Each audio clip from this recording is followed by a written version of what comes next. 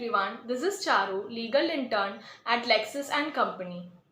In this video, let's know about the grounds for divorce in India. I've listed down a few grounds, so without any further delay, let's get into the video. The first ground for divorce in India is adultery.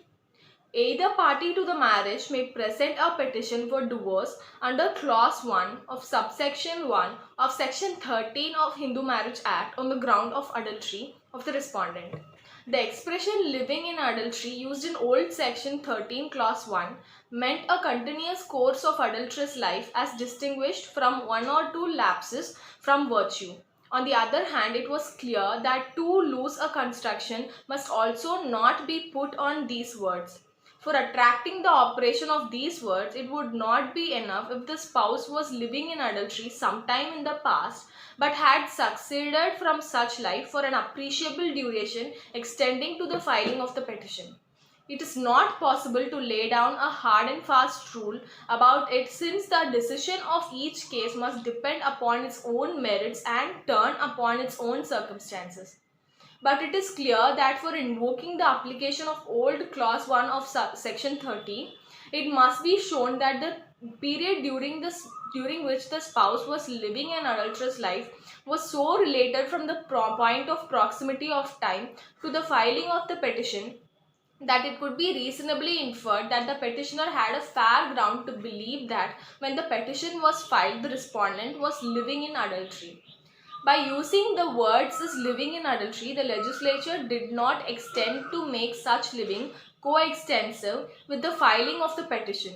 The identical expression of living in adultery is to be found in section 488 clause 4 of the Code of Criminal Procedure and in section 125 clause 4 of the Code of Criminal Procedure new. This expression implies that a single lapse from virtue, even if true, will not suffice, and it must be shown that the respondent was actually living in adultery with someone else at the time of the application. Living in adultery is different from falling to lead a chaste life. The second ground is cruelty. After the Marriage Laws Amendment Act in the year 1976, cruelty has been made a ground for divorce as well as judicial separation. Prior to that amendment, it was also a ground for judicial separation and not for divorce. Mental cruelty in section 13 clause 1IA can be broadly defined as the conduct which inflicts upon the other party such mental pain and suffering as would make it not possible for that party to live with the other.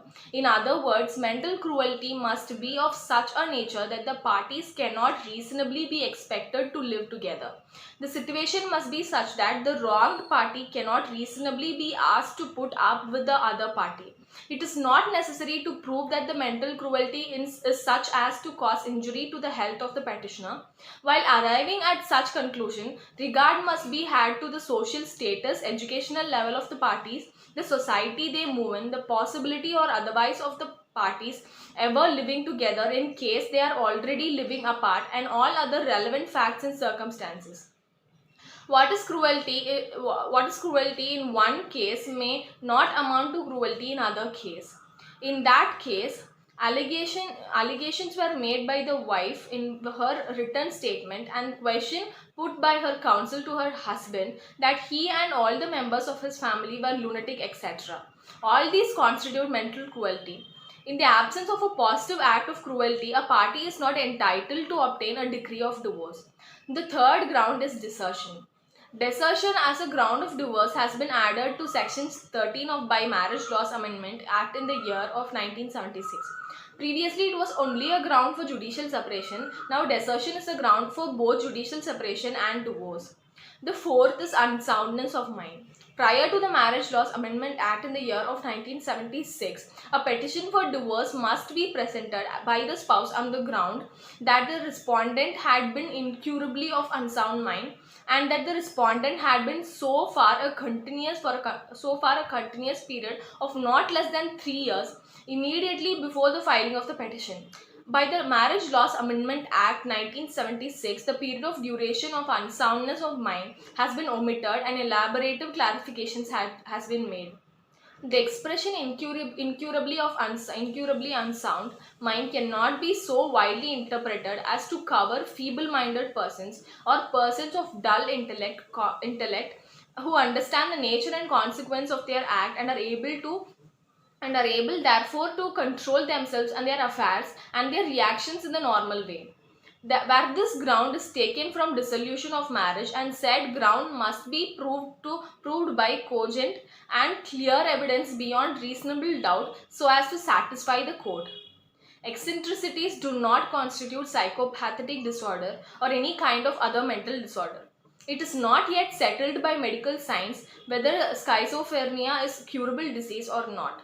But paranoid schizophrenia has been held to be indicative of unsoundness of mind. After the amendment of Section 13 by the Marriage Laws Amendment Act, the expression mental disorder includes schizophrenia, unsoundness of mind, is now a ground for both divorce and judicial separation without any distinction.